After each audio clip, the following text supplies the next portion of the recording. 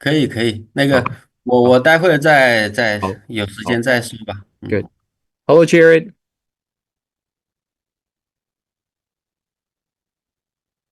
Hey.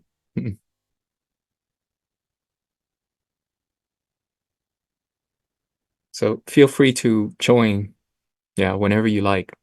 Erase it. Yeah.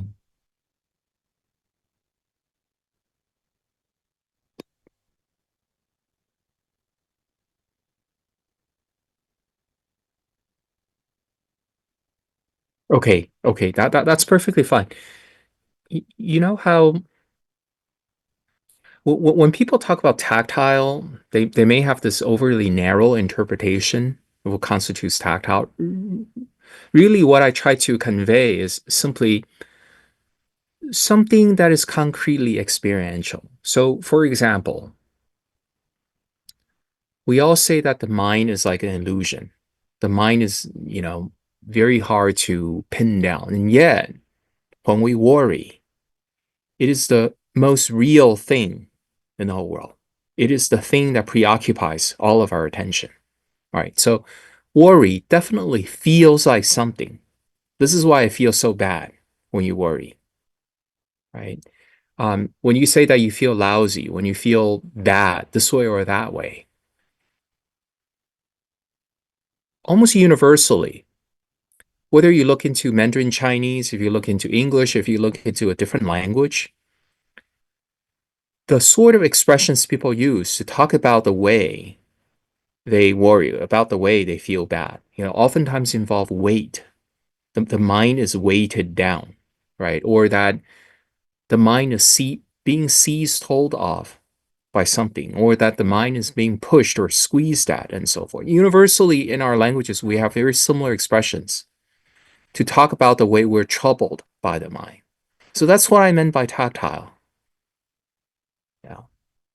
So all it takes is for you to just really feel the pressure, really feel the pressure, all the while at being at ease, meaning that you are not overwhelmed by the pressure. You're not compelled to just react to the pressure, but rather you are encompassing as much of the dimension of that experience as you can with awareness.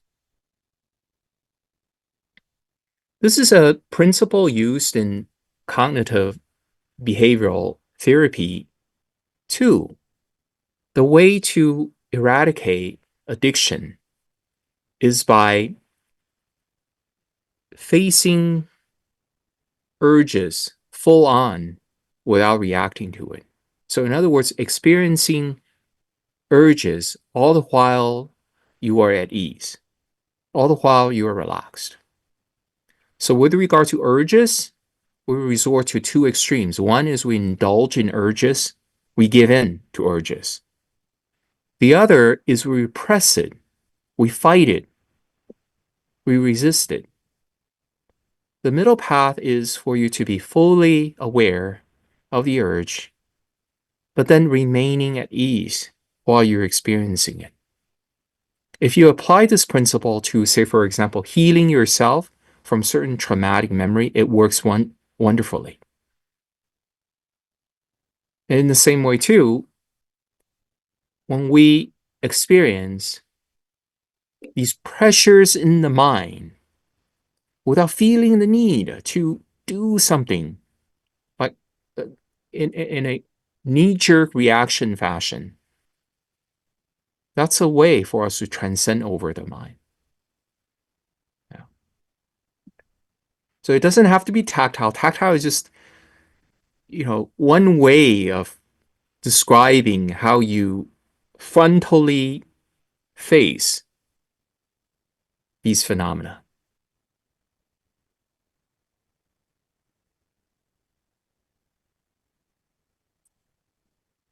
To feel it concretely. That's all I'm saying. Yeah. Now it may be that, but it feels so abstract. It feels so elusive, right?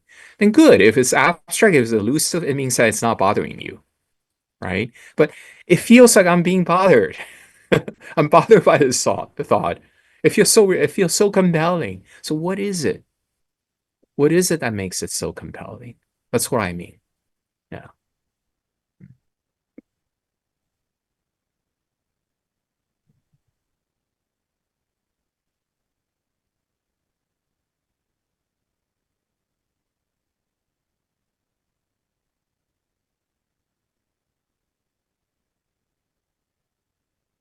No,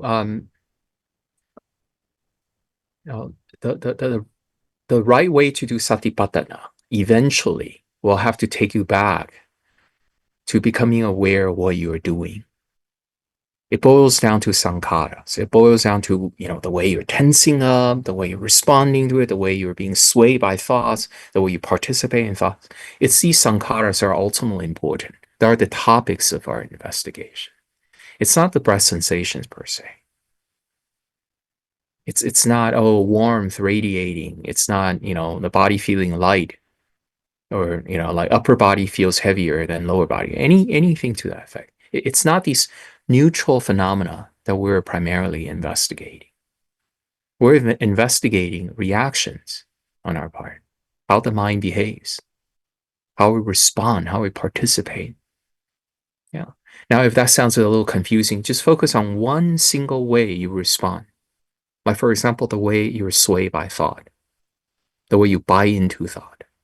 Just focus on that one thing.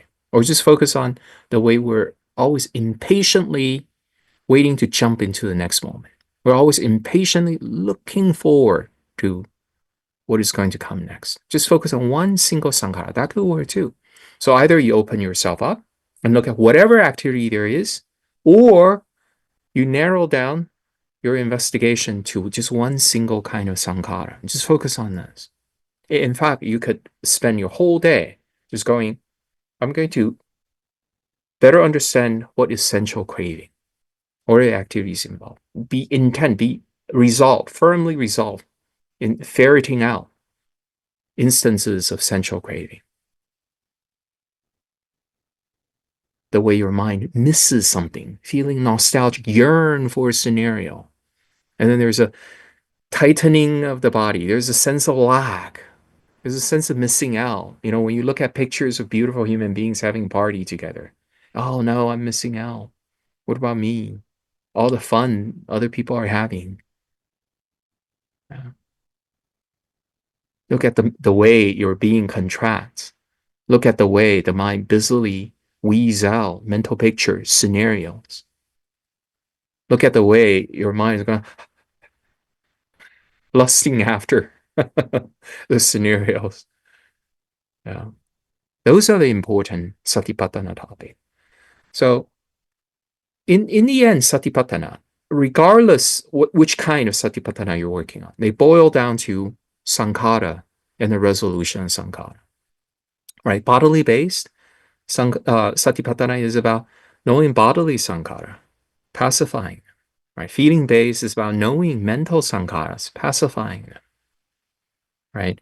Mind based satipatthana is about releasing the mind from a certain behavioral mode. And then the fourth one is letting go, right? Dhamma based satipatthana is about letting go.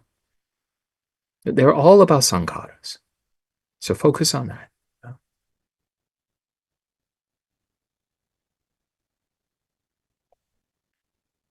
And yes, occasionally, as you're focusing on the sankharas, there are the background music going on. There's a breath sensations, relaxing. That's fine.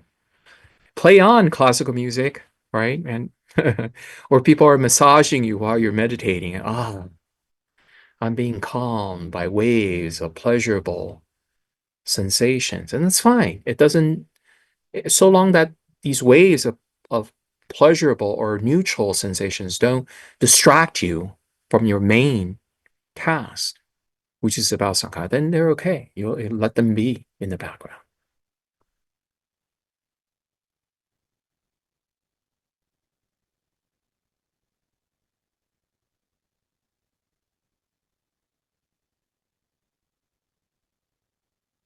Welcome, Alice. Yeah. Feel free to join us anytime, okay? Just unmute yourself. We're a small group, so don't worry about interrupting anyone here.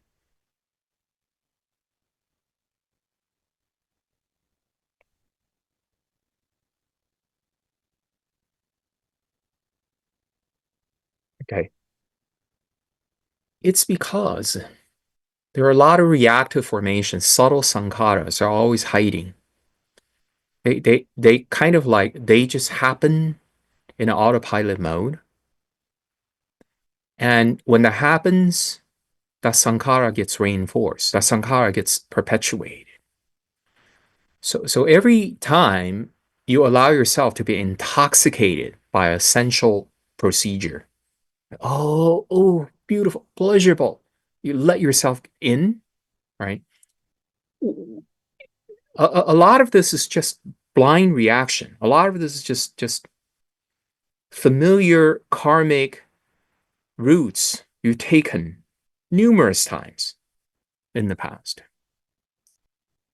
On the other hand, when you are fully aware of the sankharas, the subtle ones, the gross ones, then you're made to realize that there is exertion involved and that this is a process. This is not something that just takes over. There's actually a leeway. There's room for transcendence, and that will become clearer and clearer to you. It's almost like when you allow these things to happen inside awareness, awareness has a releasing power. But then if you don't allow these phenomena to take place inside awareness, then these phenomena they kind of blindly reinforce their own momentum.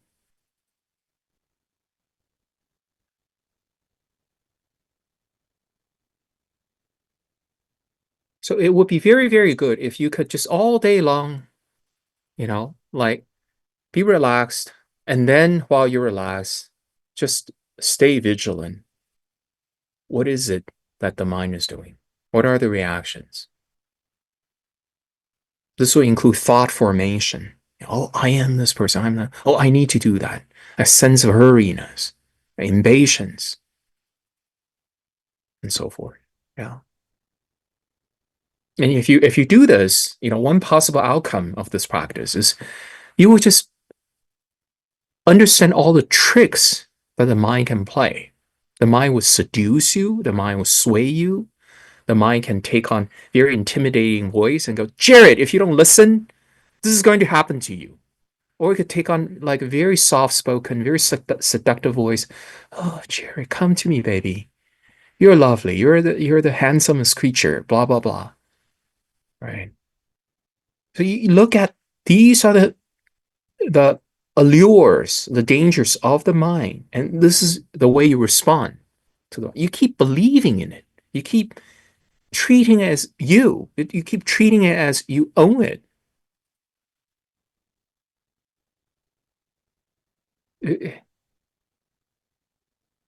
People who suffer from various sorts of mental conditions, one of the biggest sufferings is that they realize, oh, I'm a person with a problem. Like I have a mental illness. I have this mental condition. There's something defective about me. But if you truly realize mind is not you, there's no owner to mind. Mind is just some phenomena. There's zero emotional connection to the contents of the mind. It's so freeing. And that requires like almost like a full-on awareness. When I say full on, I don't mean, oh, you stare, like very hard and you try to ferret out something deeply hidden. I meant that you relax so that you're naturally open up and that you're not neurotically being compelled to do things all the time. You're from a position of relaxation, from a position of not having to do anything compulsively. You will become more sensitive about the subtle ways of the mind. You're more likely to abandon it. You're more likely to become dispassionate toward it. This bundle of neuroticism you call you, look at what the mind is doing. okay, it's perennially dissatisfied. It's always feeling like something's missing in life. And so it's always yearning for something else. And even when you have the perfect life and more than a perfect life, what would the mind do? The mind would get bored. That's the nature of the mind. And the more you see its tricks, the more you get tired of it.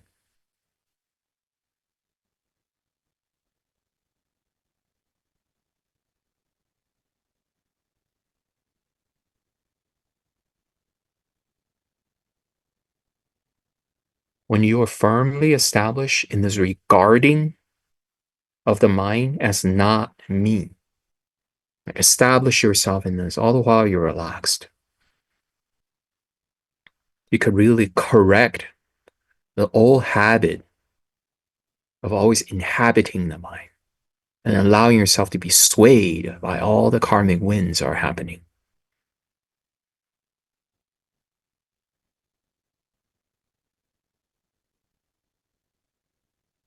And one way to do that is to do what you're doing right now.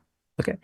What is the mind? Mind has the quality of consciousness. It just have this texture of consciousness. What is it like? It's like a dream. It's like a mirage. It's like projection. It feels like this. And yet, when you're not fully aware, what does this feel like? This feels like something. This feels like something very compelling. This feels like something really out there. This really feels like something that implicates you.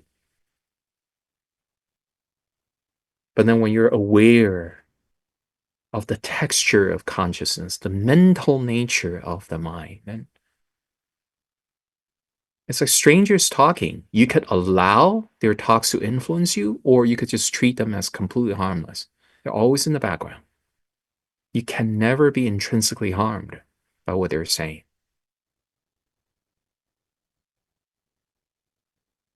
They could say really mean things. They could say really flattering things. And then it's like, well, it's the nature of the mind. Phantom like.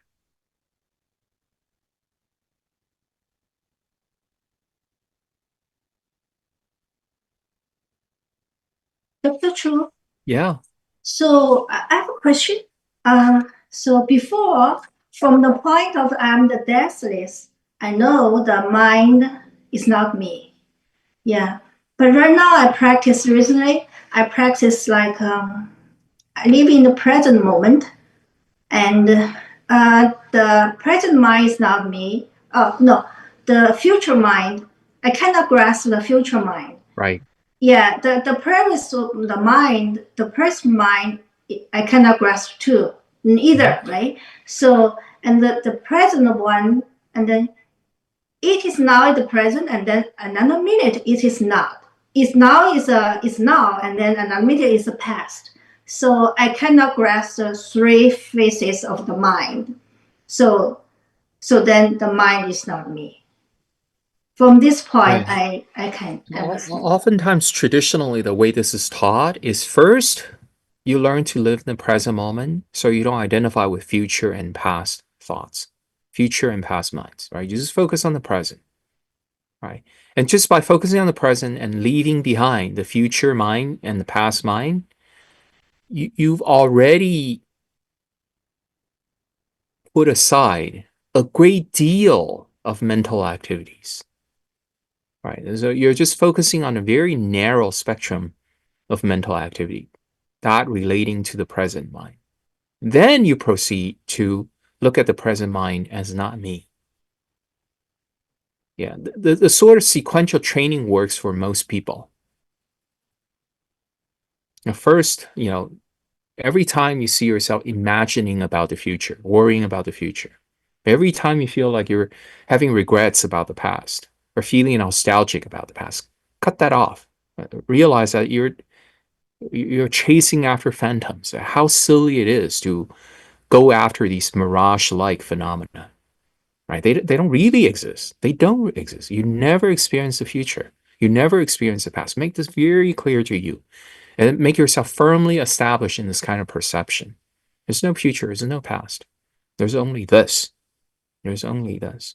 And once you're confident in this realm, in this sort of abiding, then you proceed to develop, say, for example, not self perception or the letting go attitude toward whatever it is that's happening in the present. Yeah.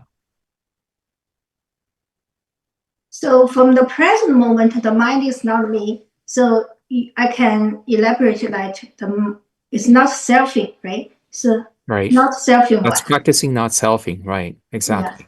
You're looking at how selfing activity is no fun. You're looking at how selfing activity is not something that you hold on to, that you ride along. Rather, you're in a position of awareness. You see selfing, but you don't go along with selfing. Yeah. So I can see the selfing process. I mean, Right. because the mind, it happens, right? It's a phenomenon. It happens Right. here, right? Right. So the selfing is another doership, Right. and grass as mind, right? So yeah, so I see the exertion, right? So Right. yeah, so I just ignore it, right? So it's Right. not me. Okay. Right. There are many ways to do this. You just described a couple, right? Another way is just to firmly establish yourself in a sort of regarding, right? This is not me. This is not me. You're not just repeating the words, but you're really putting yourself in a position of seclusion. It feels like there is a safe distance between mind, what is happening in the mind, and your sense of peace, because these two are not related. You are in a position of peace, and then there are these mental processes that are going on, and you're not allowing these mental processes to affect you. You hold on to this regarding. Yeah. Yeah, and also it's like I am aware of the mind, so that is not me, right? So there's a Right. That's distance. I'm another way. aware. Yeah. Exactly. So to always see that whatever can be cognized as an object, right? It cannot be you, right? And by extension, whatever is cognized as an object can enter and exit from your awareness. So how can that be you? Right. Right? It Just can be constantly disappear. aware of the fact that, oh, it enters, it exits. Cannot be you. In Right. fact, its entry and its exit is happening at any moment. So you don't have to wait until it fully exits. Right now, it's impermanent. Right now, it's changing. Yeah. Yeah. So I mean, elaborate is changing, is coming and going. So that's absolutely is not you, right? So, Right. yeah, Right. from the And you don't just experience. stay with, the talk or a philosophical conclusion in the mind, but rather you allow yourself to be in an attitude, to be in a mindset where you feel like this is not affecting me. In other words, equanimity. You stay with equanimity. Yeah. Okay. Yeah. Oh, stay in the equanimity. Oh, Right. wow. You're not allowing these changing things to affect you, to Okay. move you, to stir you up. It's like endure. Endure. Last time I It- asked you. Yeah. so equanimity has a connotation of endurance, right? Especially in the beginning of the practice, equanimity requires some efforting. It requires quite a bit of fabrication, including endurance, perseverance, right? But then, but then over time, as you become more established in that perception, you don't feel like you need to endure. These are really phantom-like. You don't have to suffer through them. You're completely comfortable and relaxed in the knowledge that none of these can impact you. You're fully aware that this is, texture of the movie. It's not me. And so you don't have to, like keep reminding yourself, this is just a movie. The scary thing is just made up stuff. You don't have to keep reminding yourself. You're comfortably sitting in a sofa, right? You're fully aware of the environment, the context. And there's no fear that's being aroused. You remain in equanimity throughout the process. You're just relaxed. Yeah. Okay. Okay, thanks. Yeah. If there are instances of non-relaxation, you don't worry about that too. You don't, oh no, I lost my equanimity. You realize that even equanimity as a phenomenon comes and go. And you're not, forming emotional connection with them. You're not emotion invested in whatever's happening, including the presence of equanimity. Yeah. And as a result of that, you experience a greater equanimity, like a higher kind of equanimity. That is not dependent on how well you're doing. Right. Mm. So that is unconditioned. That I have this unconditioned Right. peace. And chances are you may realize that, hey, the seemingly unconditioned equanimity still has some conditions in it. You're still clinging to it. You're still going, oh, this is nice. Oh, if I, Yeah. you keep working, you keep purifying that equanimity.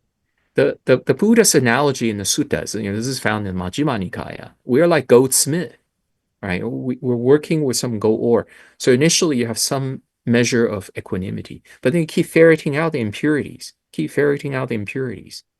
until you ended up with purification of equanimity and mindfulness. And that is a characteristic of the four jhana, the highest of the abiding that a meditator can abide in.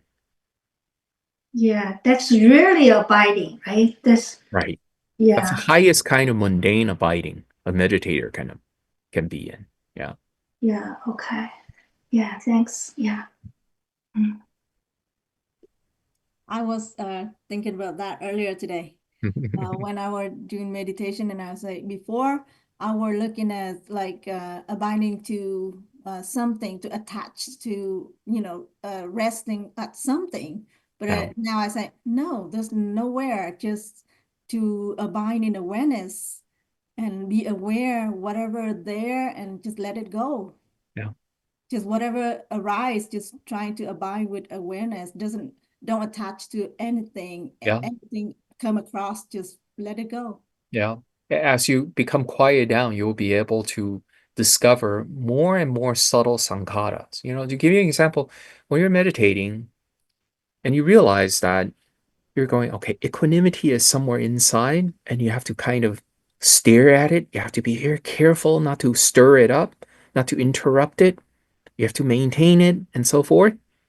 And after a while, I realized that, hey, this very activity of your being so cautious, of your being so neurotic, being so concerned about the equanimity, that itself is interrupting equanimity. So you even relax that, you see. So throughout your meditation process, you'll keep realizing that in your everyday life, you keep holding on to these expectations, these thoughts, these ways of tensing yourself up, this way of relating to the world and to yourself. And these things will gradually fade away, fade away, fade away. And you feel more and more naturally open.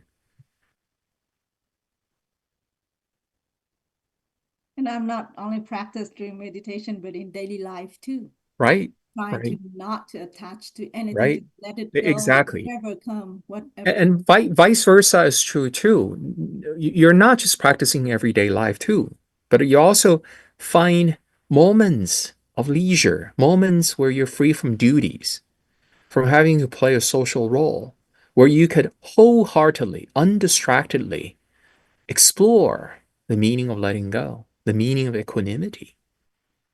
You see, and you do that, what happens is that whatever wisdom you ended up developing will spill over into everyday life.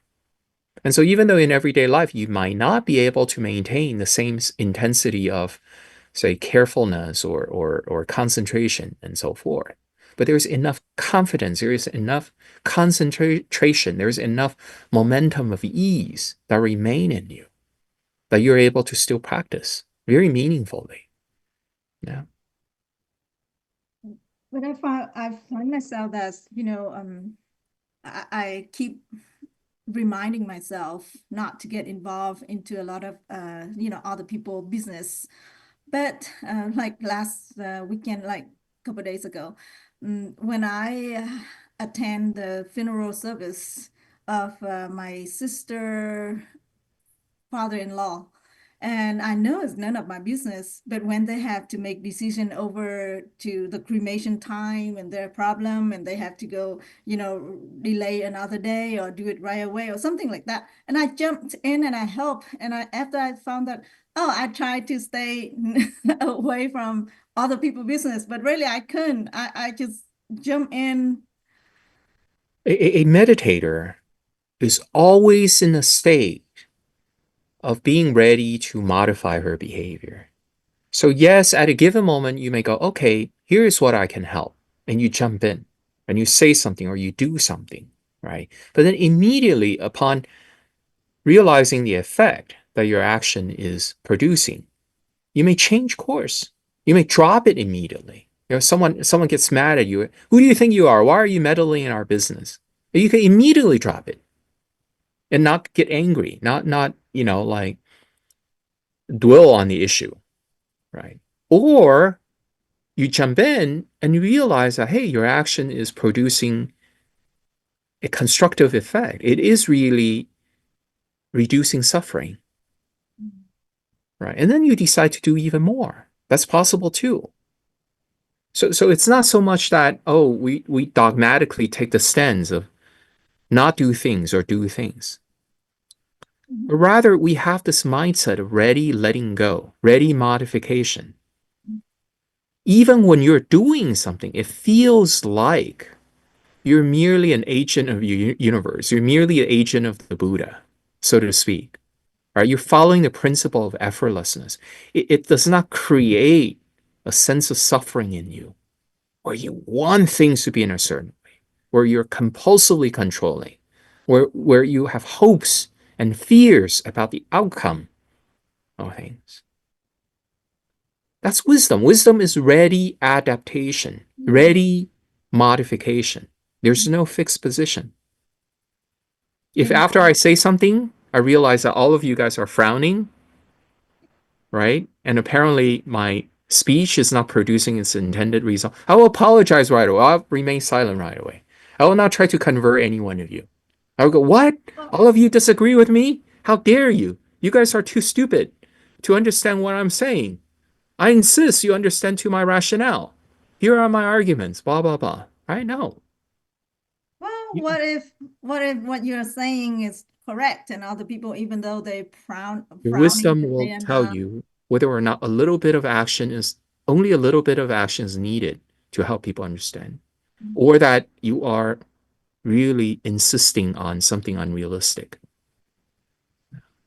And the result of following wisdom is what? You lead an easeful life. You feel like you're never walking uphill.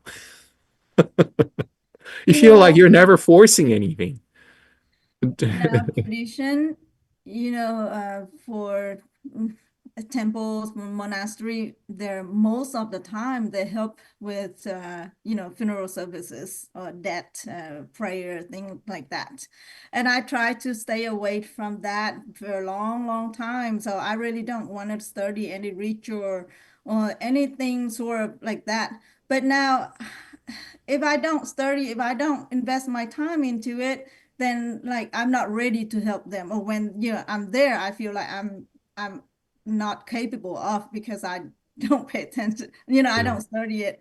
So I'm still So thinking, a meditator, a liberated person, or person working toward liberation can potentially do things very differently. Even though we may all be meditators, but then we have completely different coping strategies.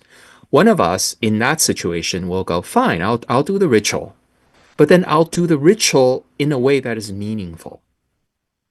Right? When chanting, I place myself in a meditative way, right? And another one of us will go, I will not touch ritual. I don't care. If a temple forces me to do temple, I'm going to walk away. I don't need to rely on this temple. I'm going to be an itinerant nun. I'm going to be an itinerant monk. You're not going to tell me what I want to do, what I don't want to do, right?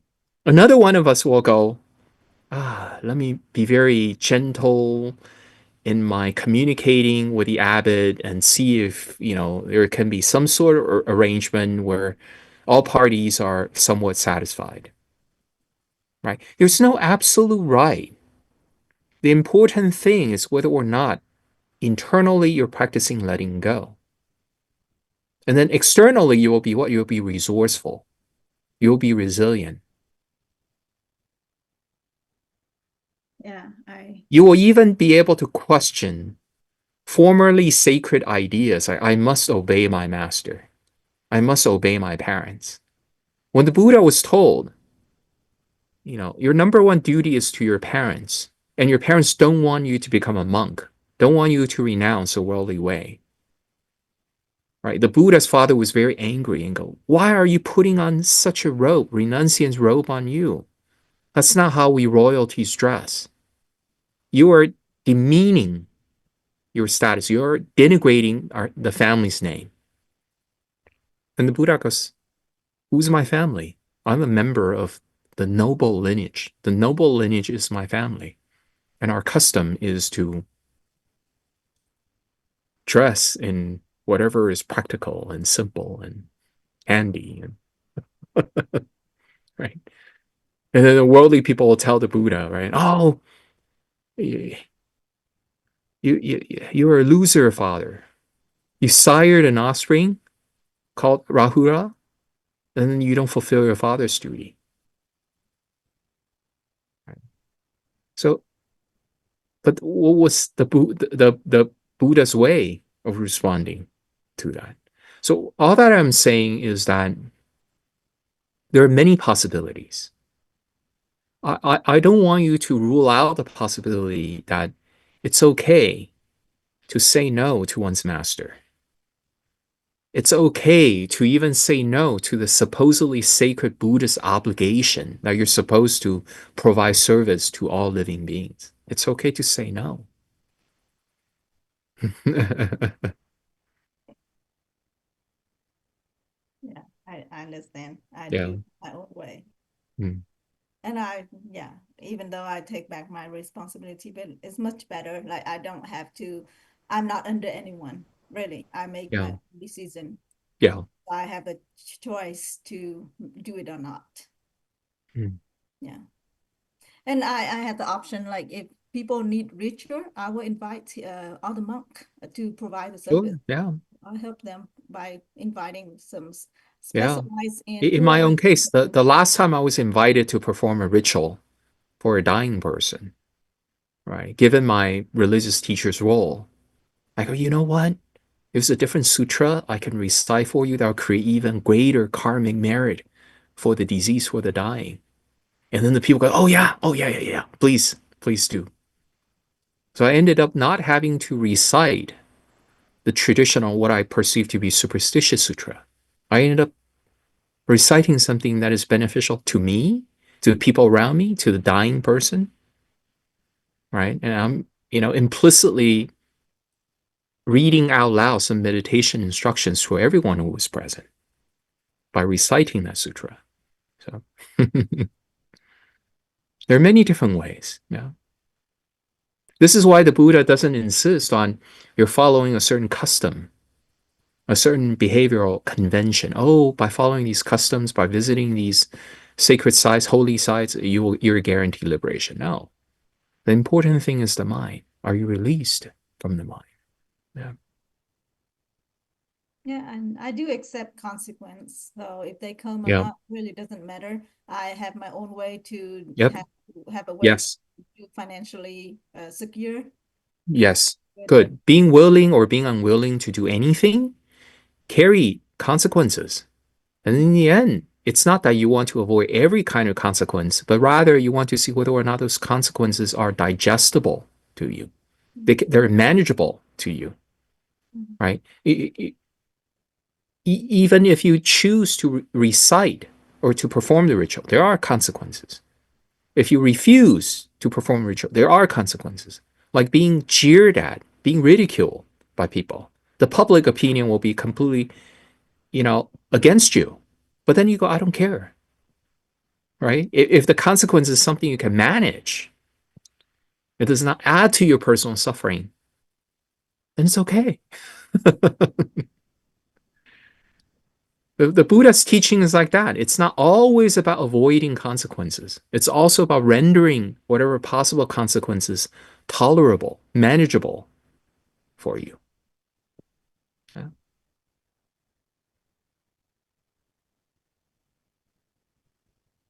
Thank you. Anyway, I do feel happy because I know that there's at least one person supported me, my decision.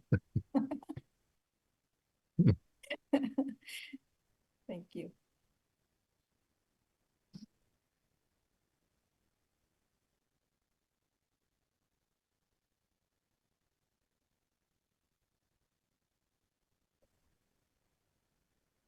Dr. Chu, so I noticed I have a kind of confusion about the feeling-based satipatthana and the mental-based.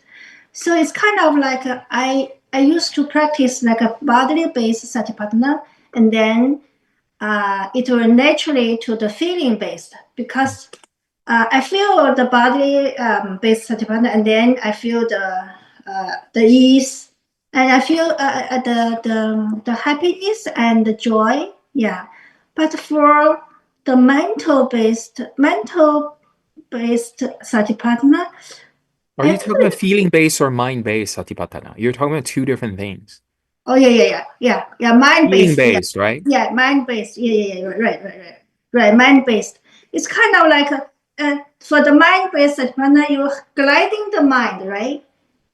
You have to know the mind, and then the second one is gliding the So the mind. different mental states you find yourself in. You're angry, you're happy, you're accompanied by distraction, you're accompanied by concentration, you're accompanied by goodwill, you're accompanied by aversion, you're free from aversion, and so on and so forth. These mental states, they're all mental doing. Right. And so with regards to these mental states, you want to always release yourself from the unskillful states and purge unskillful states, right? This is what we do, really. Even in our attempt at daydreaming, what is it that we're doing? We want to kill boredom. We want to have a way to manage boredom. That's why we run into daydreaming. That's a sort of mental doing that we perform to deal with a mental state that we find ourselves in. Does that make sense? Yeah. And then in the end, whatever skillful mental state you perch upon, the perching upon itself is a doing. The perching upon itself is suffering.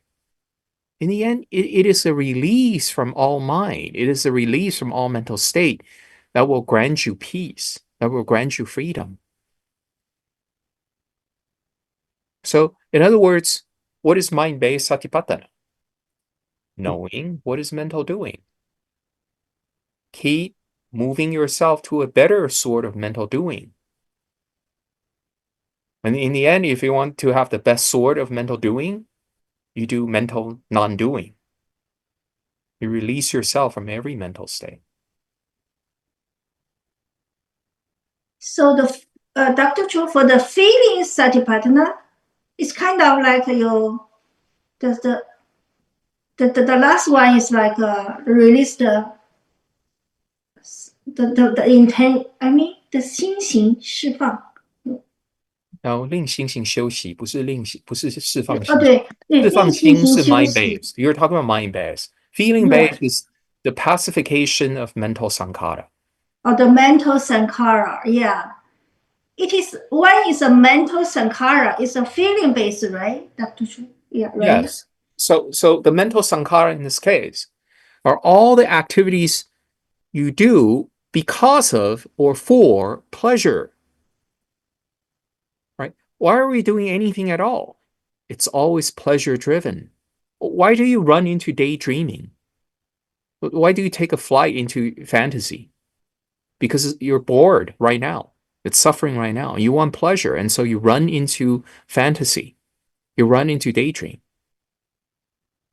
Yeah. Every activity we perform is pleasure driven. It's driven by avoidance of pain, or pursuit of pleasure. So you look at what are the activities over there? How am I driven by pleasure?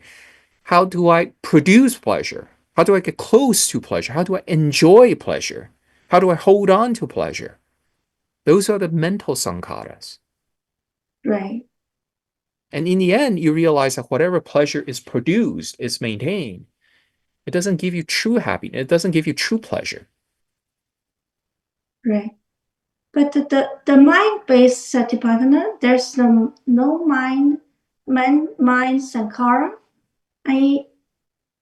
What do you mean mind, no mind sankhara? I mean the mind-based satipatthana, we do not deal with the mental sankhara. There's no mention of mental sankhara in the refrain for the mind-based satipatthana. But it doesn't Right. mean that it is therefore not dealing with sankhara. As I pointed out, all four satipatthanas, they deal with sankhara and the Yeah. resolution of sankharas, one way or another. Right. Yeah. So for example, what is one of the main things you're observing in mind-based satipatthana? You're looking at the way you wrinkle up your mind, the way you exert your mind muscle, the way you're frowning inside, the way you're dragging the weight, the way you're picking up something, the way you enter into something. Right. All those mental states, how are they originated? Why do you become angry? Well, there are so many things you're doing that made you angry. First, you need to give rise to a perception, right? And then Yeah. you need to tense yourself up, and then you need to proliferate on the narrative, right? Yeah. These are the mental Sometimes kids, when they're sankhara. angry, and you Yeah. give them candies, you give them, like something to distract themselves with, they forget that they're angry. But then after they're done with eating that candy, they remember they were angry earlier. They went back to being angry. So these mental states are what? They're constantly being formed, they're constantly being renewed, they're being maintained, they're actively being disbanded by the mind. In the end, learn to release yourself from these mental states. Learn to release yourself from the creation of these mental states. So it's still about sankharas. Bodily base is also about sankhara. Dharma base is also about sankharas. What are you doing in the Dharma based? You're looking at the drawbacks of sankhara, and so you could develop dispassion and cessation. You can eventually let go of all sankharas. So they're all about sankharas. You could also say that in the Dharma-based Satipatthana, there's no mention of the word sankhara in the typical refrain, at least in the context of 16 steps of Anapanasati. There's no mention of sankharas in the Dharma-based, but they're all about sankharas. You are not focusing on the impermanence of all things for step one in the Dharma base. If you focus on the impermanence of everything,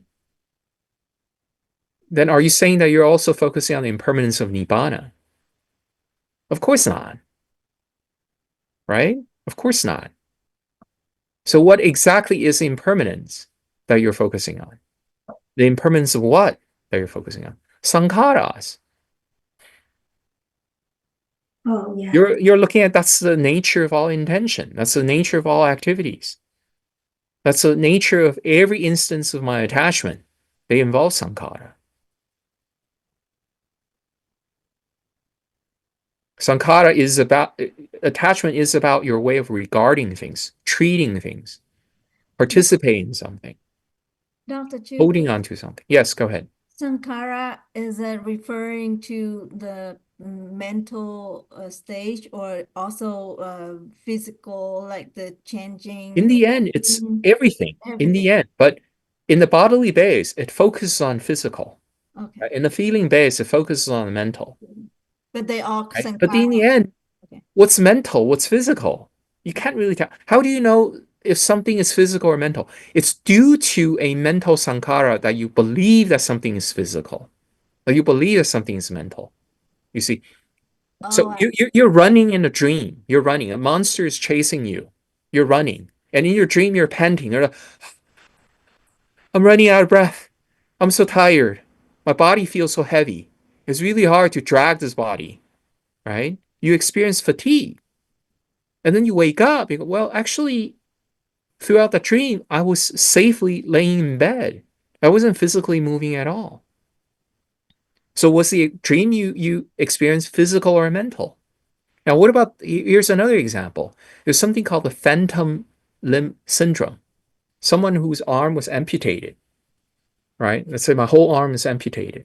And then in the middle of the night, I'm awakened by this unbearable itch that is taking place at the fingertip. I feel like scratching my finger. As soon as I reach out and try to scratch my finger, I realize that my fingers are not there. They're not there, but it feels to me like my fingers are itching really bad. What is mental? What is physical? In the end, it's just mind. In the end, it's just awareness. In the end, it's just chitta. It's just experience. Even your division, this is mind, this is body, that's a sankhara. But this sankhara can be used pedagogically. It can be used for teaching purposes. So the Buddha goes, okay, when you're beginning to practice, you could choose to focus on bodily sankhara, or you could choose to focus on mental sankharas. In the end, not so important. Everything's mind.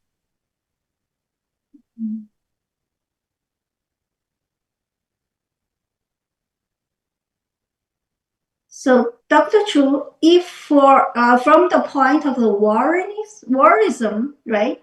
So it's from the the mind-based satipatthana. It's kind of feel the mind is heavy, right? For worry, yeah. There are so many different ways to look at worries, right? In the context of mind-based satipatthana, so many different ways. In the past, I talked about how in Chinese you have expressions like 担心, 费心, 揪心, right? Yeah. 担心 literally means what? You're being weighed down by the mind. Does the mind have physical weight? Of course not. And yet you feel like you're weighed down by your worry. If your mind feels weighty, right? When people say that, oh, thank you so much. It feels like 1,000 tons have been lifted from my mind.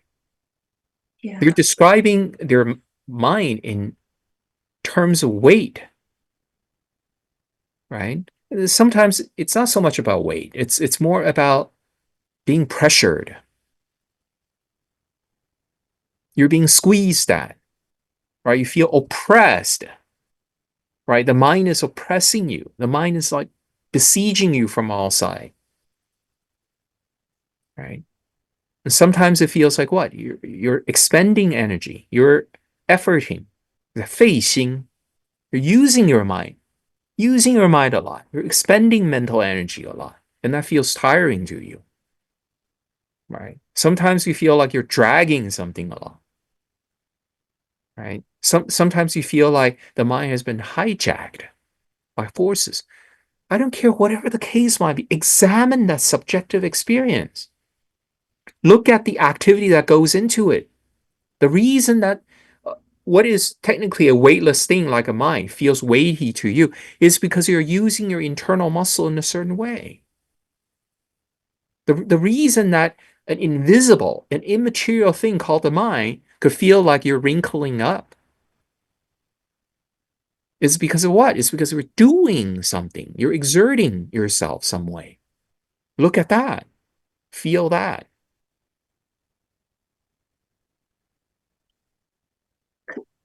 Can we explain the worry from the point of the feeling-based satipatthana? Sure. We're dealing with the way people deal with worry is what? They want to avoid suffering of worry, and they want to find pleasure that can alleviate, palliate worry, right? For example, one way, when you're worried, what do? Some people immediately light up cigarette. Some people immediately do internet surfing. Some people immediately run into a flight of fancy. They daydream. They think. They go into a future scenario, an imaginary scenario, where they indulge themselves, where they don't have that worry, or where that worry is addressed differently. Oh, I won lottery. And with money, with power, these worries will no longer be worries. That's feeling based. Look at that. Look at those activities. Okay. Yeah. Yeah, thanks. Look at how you are enjoying that pleasure. What are you doing with regards to that pleasure? Pleasure is not just something that happens to us, something neutral happens to us and then passes through us. No. Pleasure is something that we actively try to produce. We actively try to pursue. We actively try to maintain, to manage, right? To enjoy. These are all activities. Look at what the mind is doing. With regards to a beautiful sunset, we don't just, oh, beauty. No. We're like, oh, wow, oh. Right. There's a sankara, right? We Yeah. go into jacuzzi, right? And we're like, oh, wow, let me immerse more of me into the hot water. Oh, yeah, baby, this is it. Ooh, that's the spot, right? Yeah. And then afterwards, oh, kind of getting boring. This is getting a little too hot, insufferably hot here. I need to find something else to do, to get pleasure. And you imagine about different kind of pleasure. You plan about it. You actively chase it down, hunt it down. And when you're going through that pleasure, you're enjoying it. These are mental sankharas. And when you have that pleasure, while you're in jacuzzi, you're like, this is a jacuzzi in the gym. What if I have my own jacuzzi? My own jacuzzi in my own house. These are all sankharas.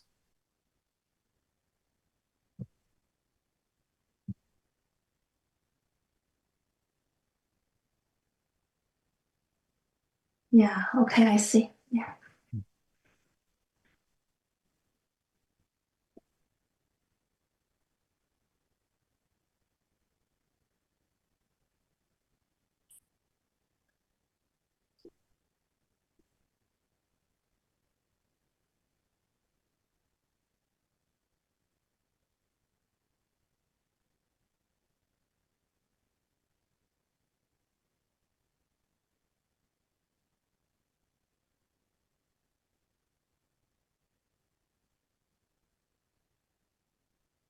So this is a crude analogy, so don't take it literally, okay?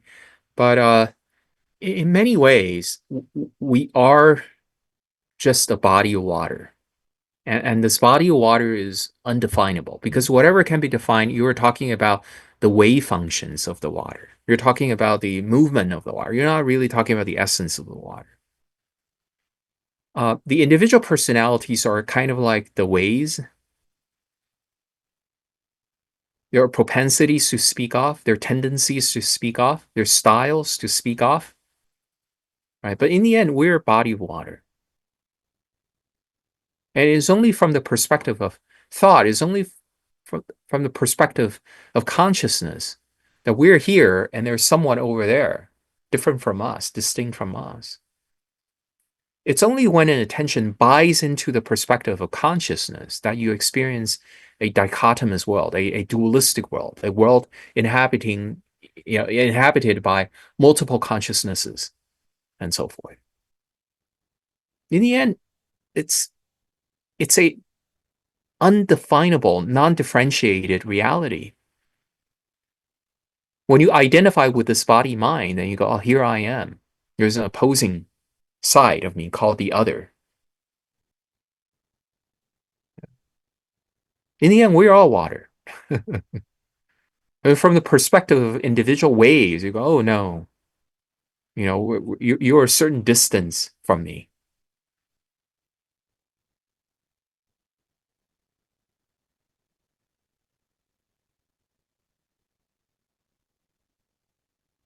A, a liberated person is no longer identifying with a personality, with a certain set of phenomena. And so there's no issue of oh, like before we didn't meet and now we met, and then eventually we're going to part ways. And you're saddened by that prospect. But that's only true when you think of this as you.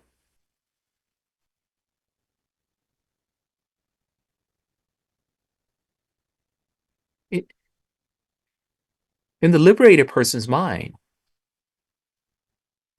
all phenomena are equally self, and all phenomena are equally not self. They're all just here.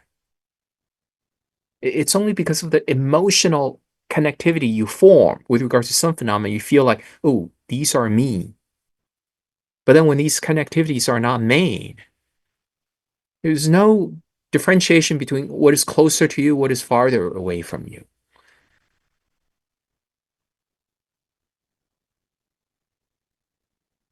Even the seemingly far away sound is happening here. The seemingly far away sight is happening right here. It's happening right here. Yeah.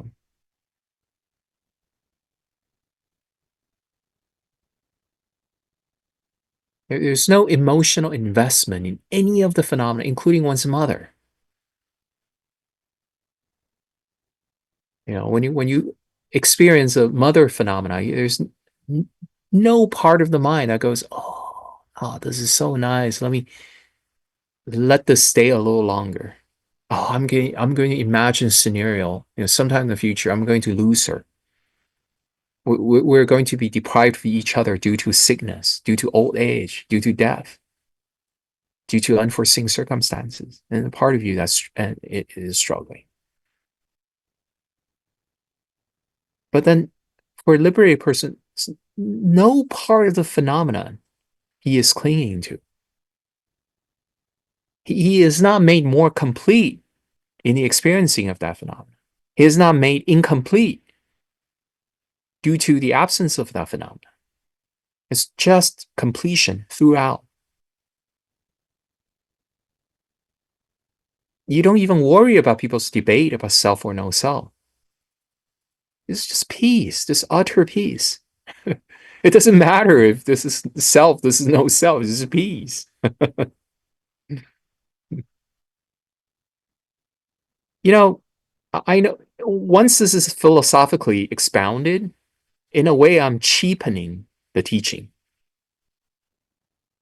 When you tell your mother, in the end, we will never be separated, mom. Right? You're speaking to almost like a instinct in her. A part of her kind of understands. Once I'm forced to explain why this makes sense. I'm limiting the scope. Yeah. I can just tell really, Jared, we're one. Don't be afraid. Whether you're becoming lonely or, parting way with phenomena, and we're one. We're complete.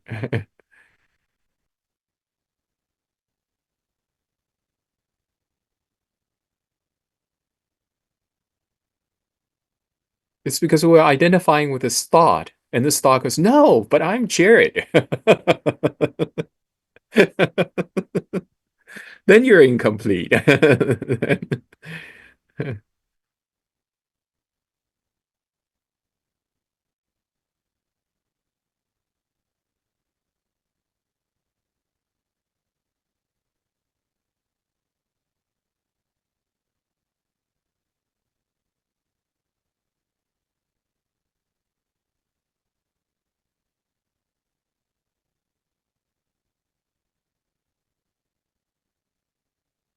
Yep.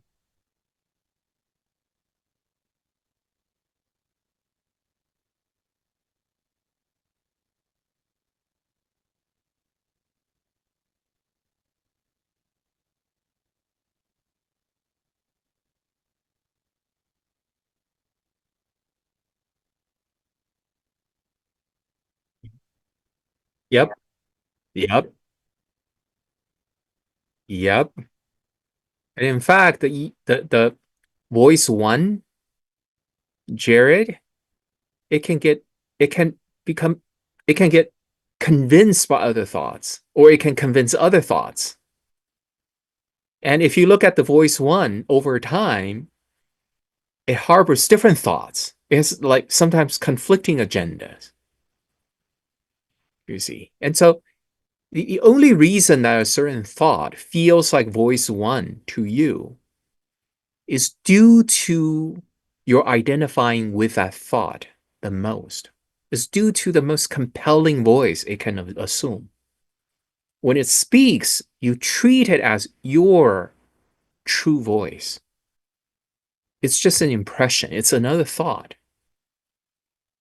You see. Now, if there is indeed a voice one in the head, why would that voice one ever need to think at all? If it ever thinks, it's trying to tell itself something. So are there two voice ones? Are there two selves talking to each other? If there's indeed really like voice one, like that's your true self, why does it ever have to think? Isn't thinking a function of talking to yourself, having a dialogue with yourself? Who's talking to who? In the end, it's much more useful to think of thoughts as instances of impulsivity. It's impulsivity that gets passed down in the form of some sort of conversation carried on between thoughts, among thoughts. It's much more useful to think of thoughts that way than to think that thoughts are really your voice.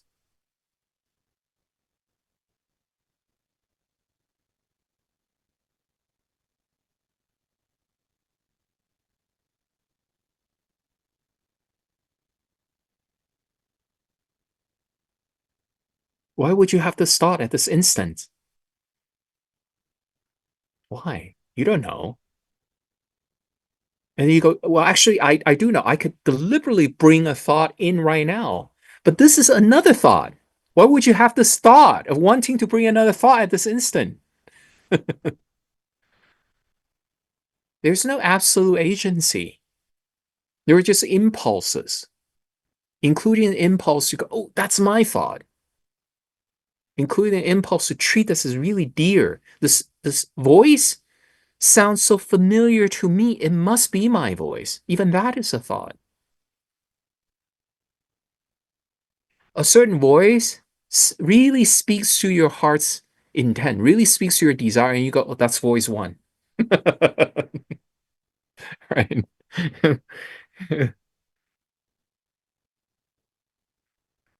we surround ourselves with a whole bunch of cronies, and some cronies are better at the others at kissing up to us. The really successful cronies are not the ones who just blindly praise us. They're the ones who would appear as if they're people of integrity. They act, they appear to act as if they have our best interest in mind. And so they kiss up to you in a very insidious way, in a way that is usually not clear to you, you see. And thoughts are like that. They're uttered. These impulses are generated in a way that feels like this is really from me. Very insidious. And you look at thoughts, what are they doing? They don't care about your happiness, unhappiness. They're just messengers of impulsivity. They're slaves to passing down certain impulses. That's all. Look at them as enemies, as others, as alien, as darts, as a disease.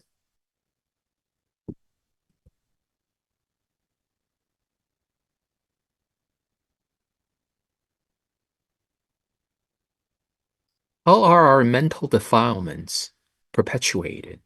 Largely via thought. A thought is one of the means used by consciousness to continue its pattern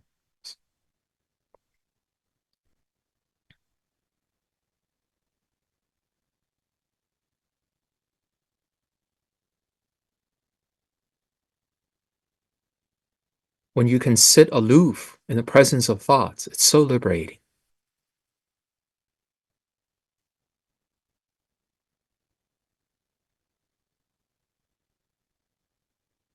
Even people who suffer from schizophrenia, who have incoherent thoughts, disorderly thoughts, fractured thoughts, they don't necessarily form like coherent narratives. So what? They could still practice.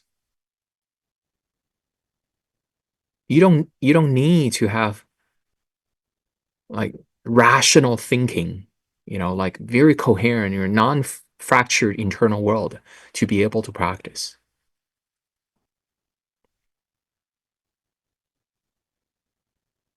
If the thoughts speak like it's from a single person versus thoughts speaking from 40 different individuals, they're equally not self.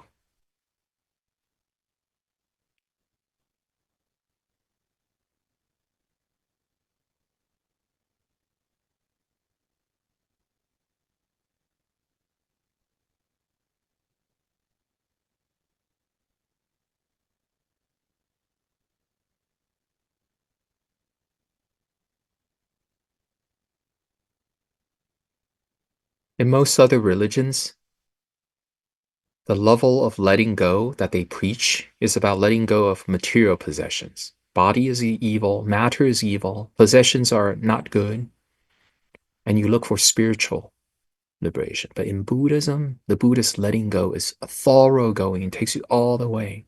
Even what you take to be the most intimate core of your being, including thoughts, including memory, including cognitive functions of Buddha goes, they're all not self. How liberating is this? You mean I don't even need to have a good soul to become liberated? Isn't that awesome?